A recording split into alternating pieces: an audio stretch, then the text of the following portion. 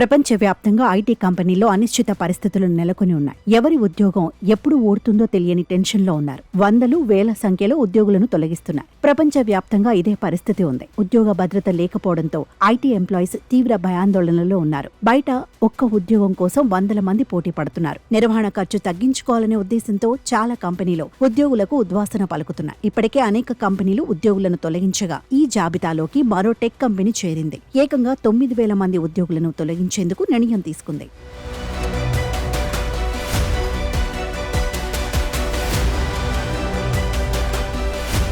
ప్రముఖ టెక్ దిగ్గజం ఐబీఎం 9,000 మంది ఉద్యోగుల తొలగింపుకు రంగం సిద్ధం చేసినట్లు సమాచారం. అమెరికాలోని పలు ప్రాంతాల్లోని ఐబీఎం బ్రాంచుల్లో పనిచేస్తున్న వేరువేరు శాఖలకు చెందిన ఉద్యోగులను తొలగించేందుకు కంపెనీ రెడీ అయినట్లు తెలుస్తోంది. కార్పొరేట్ పునరుద్ధరణ చర్యల్లో భాగంగా ఈ నిర్ణయం తీసుకున్నట్లు సమాచారం. సుమారు 25% మంది ఉద్యోగుల మీద ఈ ప్రభావం పడనుంది. కన్సల్టింగ్ సర్వీసులు, corporate social responsibility programs, sales, cloud infrastructure వంటి విభాగాల్లో పనిచేస్తున్న ఉద్యోగులపై ఈ ప్రభావం అధికంగా పడనుందని తెలుస్తోంది. అంతేకాక కంపెనీ సీఈఓ డిపార్ట్మెంట్లో పనిచేస్తున్న ఉద్యోగుల భవితవ్యం కూడా ప్రమాదంలో ఉన్నట్లు తెలుస్తోంది. ఇప్పటికే క్లౌడ్ డివిజన్లో పనిచేస్తున్న ఉద్యోగుల్లో సుమారు 10% మందిని వెళ్లిపోవాల్సిందిగా కోరినట్లు వెల్లడిస్తున్నాయి.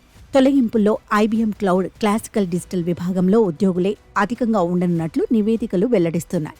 ఐబీఎం భారీ తొలగింపుల వెనుక ఉన్న ప్రధాన కారణం అమెరికాలో మరిన్ని ఉద్యోగాలను విస్తరించాలని భావిస్తుంది అని నివేదికలు వెల్లడిస్తున్నాయి. ఉద్యోగాల కోతలు Texas, California, New York, Dallas, Raleigh, North కరోలినాలోని ఉద్యోగులను ప్రభావితం చేయనున్నట్లు రిపోర్ట్స్ చెబుతున్నాయి. ఇదిలా ఉంచితే భారత్ విషయానికి వస్తే ఐబీఎం పూణే, బెంగళూరు, చెన్నై, హైదరాబాద్ వంటి ప్రధాన నగరాల్లో ఉద్యోగుల సంఖ్యను పెంచుతూ పోతోంది. అయితే ఉద్యోగుల తొలగింపుపై ఐబీఎం నుంచి అధికారికంగా ఎలాంటి ప్రకటన విడుదల కాలేదు. అయితే కంపెనీ గతంలో తన శ్రామిక శక్తిని క్రమబద్ధీకరించాలని భావిస్తున్నట్టు ప్రకటించింది. ఇక ఇప్పటికే పలు టెక్ కంపెనీలు ఉద్యోగులను తొలగిస్తూ నిర్ణయం తీసుకున్నాయి. ఇప్పుడు ఆ జాబితాలో ఐబీఎం కూడా చేరనుందన్నమాట.